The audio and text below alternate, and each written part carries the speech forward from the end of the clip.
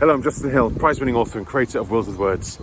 So, I had word from my editor that the book I wrote last year is coming back with its detailed editorial feedback this week, end of this week, maybe beginning of next. So I'm starting to clear my decks because I know I'm kind of going into the last big edit.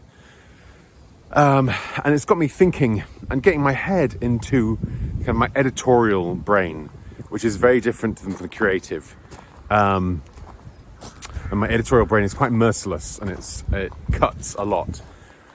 And it's reminded me of perhaps the most important kind of couple of weeks of my writing career, which were when I started my master's course in Lancaster 20 odd years ago now.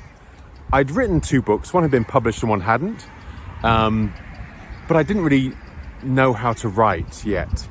I'd only done it once or twice. And so the first few weeks, the master's course was purely workshopping. So the first few weeks we'd handed some things in and got people's feedback and detailed feedback. And I'd never had that experience before.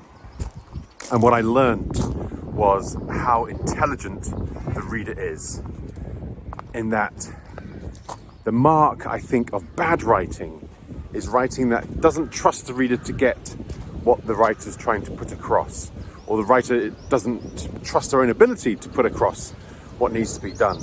And I learnt that you can really cut back. In the same way that someone walks into a room and you look at them, and from their clothes, their manner, their face, the way they walk, you can infer all kinds of things about them.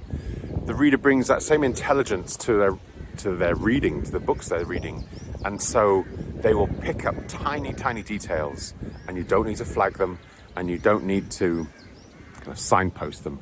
And that signposting is really irritating as a reader, because you think, I got it, I'm not stupid. So that's the kind of brain I'm going to be in. A ferocious editor with very sharp knives.